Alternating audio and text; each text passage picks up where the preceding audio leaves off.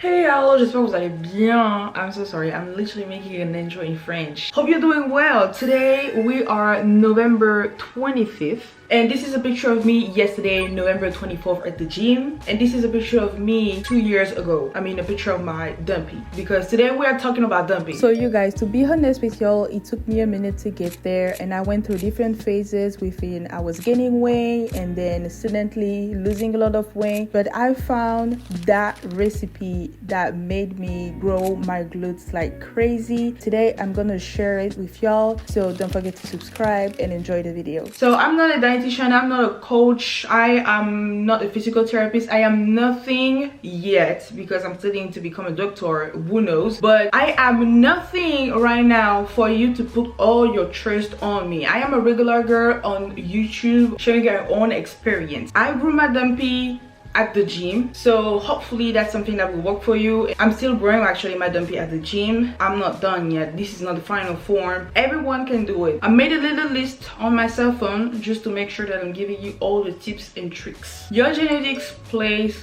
a lot, you guys. If someone doesn't really have that, you know, big dumpy naturally, it is not something that reigns in your blood, in your family, it might take a lot of time for you to reach a certain point than another person, but you will still reach that point according to your genetics, your metabolism. You are unique, and the other girls on Instagram, they are unique too. You might not have the same kind of dumpy, but you're dumping on dumping as well as hers, but just at your levels, and everything is still beautiful, you know. For my personal experience in my family, we all have dumpies, you know. So me, my personal goal was to build a little bit more, because if there's something that I noticed with me, I do have this glute maximus, largest muscle of the glutes. I do have it a lot. What I really wanted to do is to grow my side glutes and also my upper glutes, because I noticed that my glutes are kind of low. I kind of have a low butt, so that was one of my goals. And overall, I wanted to give that very juicy pumpy shape to my glutes, so increasing the density of my glute. And let me tell you something, to grow your dumpy the way I did it comes with a little bit of belly fat, but it's fine though. It's fine. Like if you want abs with the way I'm growing my dumpy right now, and you are not genetically blessed to the point that you don't really take a lot of lower belly fat, you're good. If you're someone like me who just accepted her fate, keep watching. First of all, I think that getting a good workout routine is very important. To sit down at home and try to look on TikTok. TikTok is like so useful, guys. Type on the research bar an exercise for your glutes, or maybe side glutes, upper glutes, whatever part of the glute you really want to work on. How to increase the density of my glutes. You're gonna have millions and millions of exercises that people are gonna show you. To the most popular, to the most creative one, in my personal opinion, stay with the most common one. The exercises that help me seeing a lot of growth like this are Bulgarian split squats. That's the one that I hate the most, but the most effective one, especially on my side glutes. Hip thrust is, I think, the most common one too. Don't need to present the hip thrust again. Step ups, I just recently added these, and RDLs. These 4 exercises help me a lot to see a lot of improvement on my glutes, the density, the shape of my glutes. Don't hesitate to add them on your workout routine. Talking about having a good workout routine, I do train my lower body, my lower body twice a week. I go to the gym 5 times a week, but I train my lower body twice a week, without counting the full body day, because during full body day I also kind of train my lower body. The first day it will be centered on glute, and the second day it will be centered on quads, hamstring, and calves. Train your calves, guys. A lot of people forget about training them. In your workout routine, add training to failure. Your last reps have to feel like you just want to cry at that moment. And I'm telling you guys, I cried several times at the gym, but I was just acting like, oh my god, I don't want people to see it because it's so awkward. But seriously, your last rep has to be the most challenging possible. And if I'm not mistaken, training to failure is 10 to 12 reps, or maybe 10 to 15 reps, I'm not sure. But basically what I do, for example, is that when I do my goblet squat, I do 10 goblet squats with the dumbbell, and then I leave the dumbbell alone and I do my 10 reps until failure. 10 or 12, it just really depends. When I'm done, I'm like just sitting on the ground because it hurts.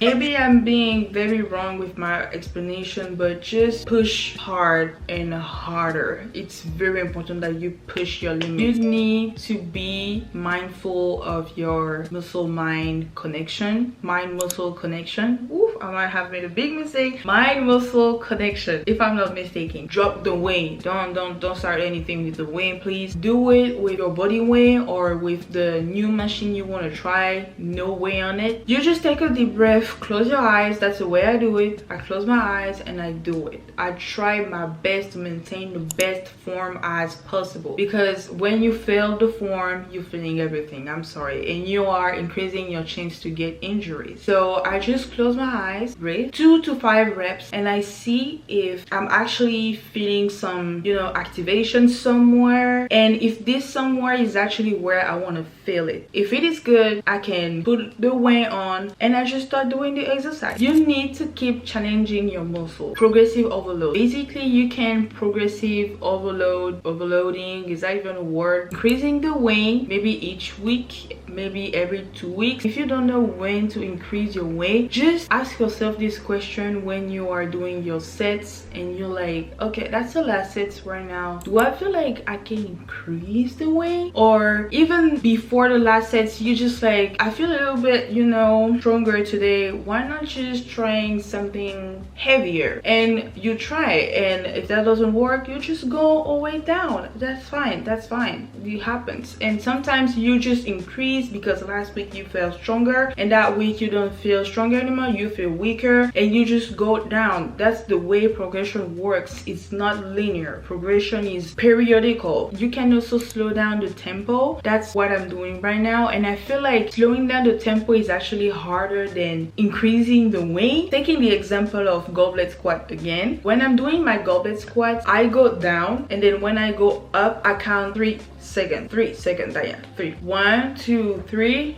down. 1, 2, 3, down, until I reach my 10 reps. It burns so bad. You can also increase your sets. You can also increase the repetitions. You have a lot of choice, so you know, pick one and try it out. You guys, that's the most important part. What you're doing out of the gym is actually most important than what you're doing in the gym. It's very important to lift heavy, to slow down the tempo, to have a good workout routine, to do all the things I already told you, but it is also important that you watch out what you eat. Increase your protein intake. If you want to have the juiciest dumpy ever, you guys, you have to eat. You have to eat a lot. Like, you're gonna fart. Let's be real. Drinking protein shakes make you fart, and that smells bad. That's the price, baby. Eating chicken breast, salmon, tuna, sardines, beans, rice, potatoes. It just depends. There is a bunch of recipes literally everywhere. A lot of pages, especially on TikTok. TikTok is my place. They have beautiful and amazing and delicious recipes everywhere. College students like us, we go to financial situations. That's the one that I'm using. Pretty affordable. I might not really like the peanut butter taste, but you know, that's what I'm dealing with right now. But I do want to try these two. Vanilla I've never tried before, and chocolate. In the morning, I have my scoop of protein powder. Milk, you have people making smoothies with that, but I'm not a smoothie girl. I don't like smoothies. And at night, or whenever I feel like doing it can be right now at 4:56, I can go and take my second scoop whenever you feel like it. As long as you get your protein, you're completely fine. Another very important point that I think that people neglect a lot is the rest days, especially when you sleep. So that's why you should not be sleep deprived. You should be sleeping 7 to 8 hours. I'm telling you this, guys, but I'm also a person, like, I'm a pre-medical student, so sleeping sometimes is not really my friend, but I'm trying to catch up on some sleep throughout the day. Sometimes I'm like, I won't be able to get to that 9 a.m. class I'm I'm gonna have to sleep until 11 today, so I'm gonna sleep until 11. I'm not only doing that because I really want a fat dumpy, but I'm also doing that for my mental health. Like, not sleeping is very bad. Sleep enough and stretch every single day. Even when you wake up on your bed, you can stretch. The last point that I think is very important too is supplement. I've always been someone pretty active. Like, I've always liked sports since I was 14 years old, guys. I'm now 21 years old. I really started going to the gym to grow a dumpy, to change the way my body looked like in 2021. And I had a hard time changing the way I look like bro, I had some very deep depression time, but since I've started taking supplements, the change has been faster than all these literally 3 years I spent at the gym. I started taking creatine about 3 months ago, the end of August or beginning September. I started taking creatine, pre-workout, and acetyl L-carnitine. Is that the way we said that? I don't know. Creatine. I'm so sorry. I'm gonna just call it acetyl L because at that point I'm just killing the word. Since I've started taking all of these supplements, you guys, I saw faster, effective progress. But if you don't want to, that's totally fine. Just take your protein shakes, or if you don't want protein shakes even, just be sure to eating enough protein per day. If there is one supplement that I will definitely recommend to someone who would like to start to drinking supplements, it will be creatine. Creatine helps with recovering muscles. It helps with the production of ATP. ATP is basically energy. This